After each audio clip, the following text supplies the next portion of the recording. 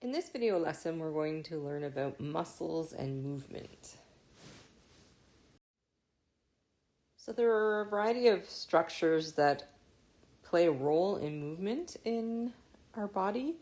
First of all, nerves stimulate your muscles to contract. Tendons connect your muscle to your bones so that it can actually move the bone. Bones act as levers, and ligaments connect bone to bone. And you can see all of that in this diagram. So here we have muscle, and that's what's moving the bone. The muscle connects to the bone via a tendon, and then the ligaments connect bone to bone, and there's bone. So joints. Cartilage reduces friction between two bones, and that cartilage is crucial. If that cartilage erodes away, eventually, and the bone is rubbing on the bone, that's when you have osteoarthritis. There's also fluid in the joint area to reduce friction, and that's called synovial fluid. And then the joint capsule seals the joint and holds in that fluid. And then the synovial joints allow for some movement, but restrict other movement. So they may allow it to act as a lever or a ball and socket, for instance. So two different examples of synovial joints. So the knee is a lever or a hinge joint, and the hip is a ball and socket joint. So we have muscles that work antagonistically to one another. So one will extend the joint and the other one will straighten it. So one flexes, one straightens. So the bicep, if we're talking about our arm, our bicep curls our arm, so that's the flexor muscle, and the tricep straightens it back out, and that's the extensor muscle. One thing that you need to be able to label and annotate are the antagonistic muscles in an insect leg. So you can see here, this is the extensor muscle, this is the femur, and then the tibia, and the tarsus is down here, and then the flexor muscle is here. So the extensor muscle is this larger one, and then the flexor muscle is the smaller, darker muscle. So you're also to use KOGNITY 11.2.1 to annotate the elbow joint. So you can see here, this is the biceps. So that's the flexor muscle. So it bends the joint. And then the tricep lengthens it back out or straightens it. So that's the extensor muscle. We have our humerus. That's the bone that leads from your elbow up to your shoulder. Then you have your radius and your ulna. There are two bones in the forearm. This is the synovial joint. So the capsule, the fluid is in there. The red portions are cartilage. So let's talk about striated muscle fibers. So if you remember, skeletal muscles are multinucleate, which means that they have many nuclei. And if you remember, that's an exception to the cell theory.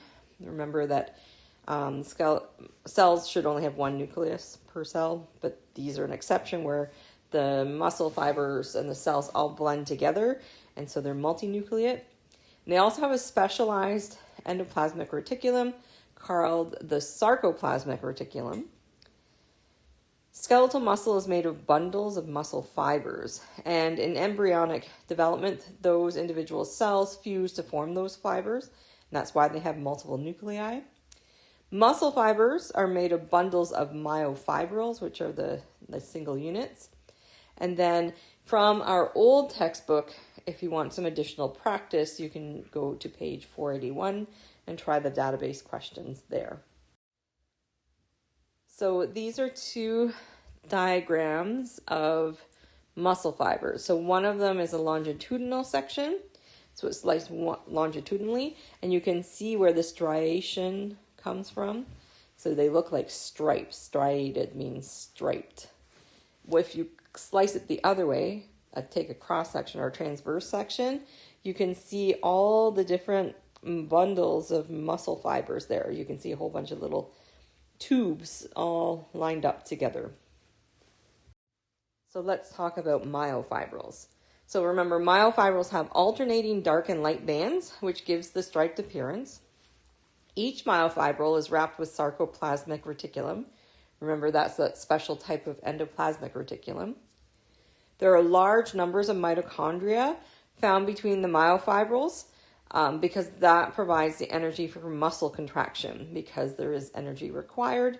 And the myofibrils are made of repeating subunits, and those repeating subunits are called sarcomeres. So let's take a closer look. This diagram is from our KOGNITY textbook. So you can see here, these little light blue structures, or almost white structures, are the mitochondria. These are the myofibrils, the bundles of nerve fibers. You can see each bundle is wrapped with this blue section. That's the sarcoplasmic reticulum, that special endoplasmic reticulum. Remember, endoplasmic reticulum is like a transport system. So you can see that there's a lot of transport being able to happen between each of the muscle fibers.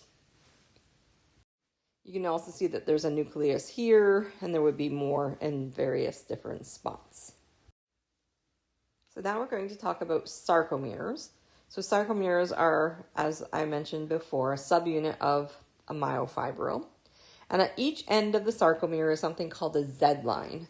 So the Z line is where the actin filaments attach. So there's two different types of fiber structures, actin filaments and myosin filaments. The actin filaments are thin and they extend towards the center of the sarcomere.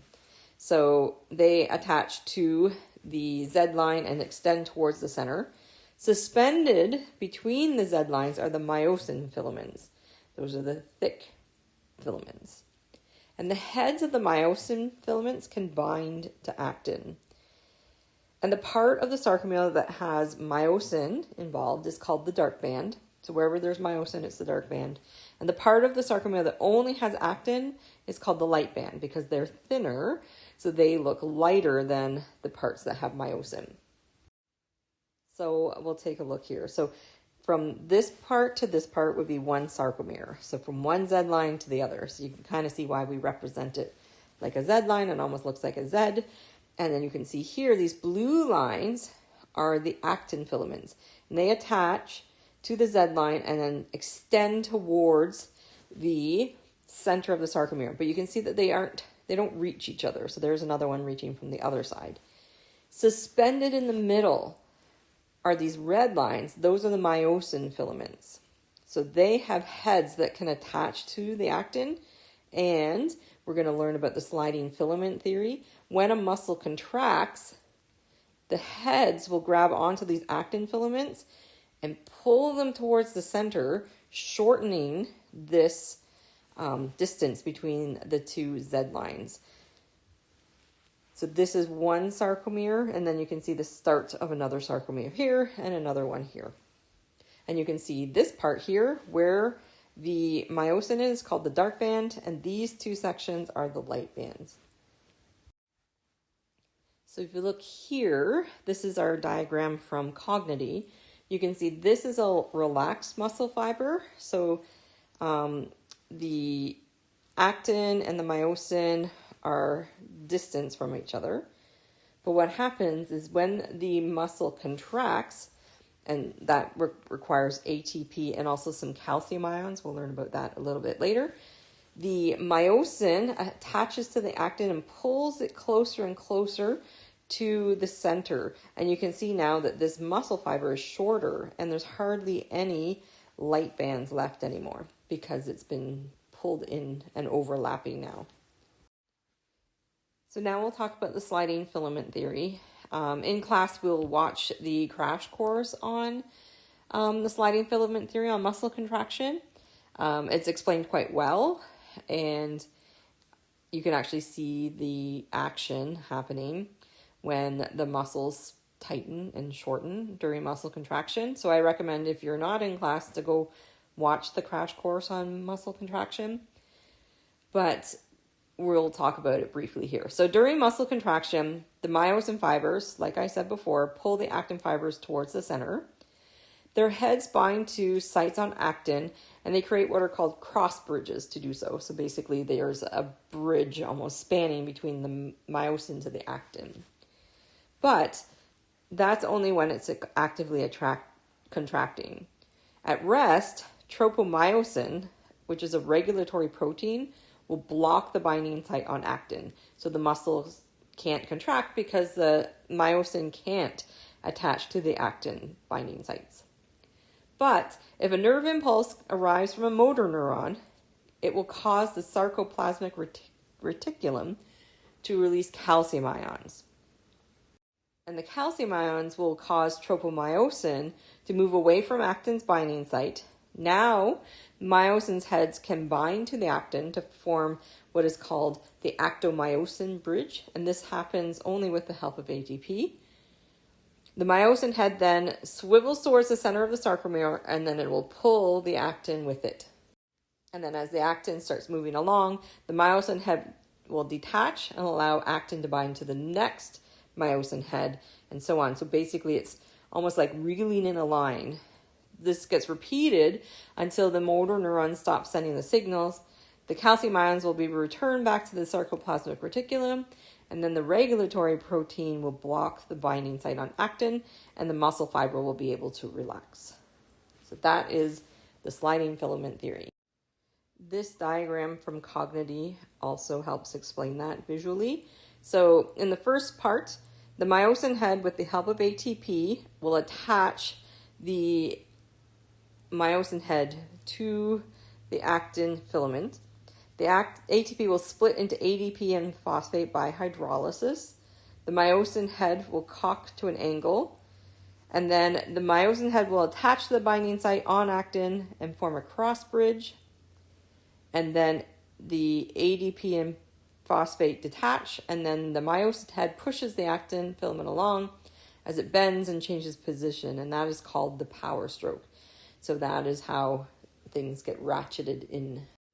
Some extra practice for you to learn this a little bit more in depth is to read the section in KOGNITY, section 11.24. Try the practice questions and analyze the electron micrographs that are presented in that slide, in that section of the textbook.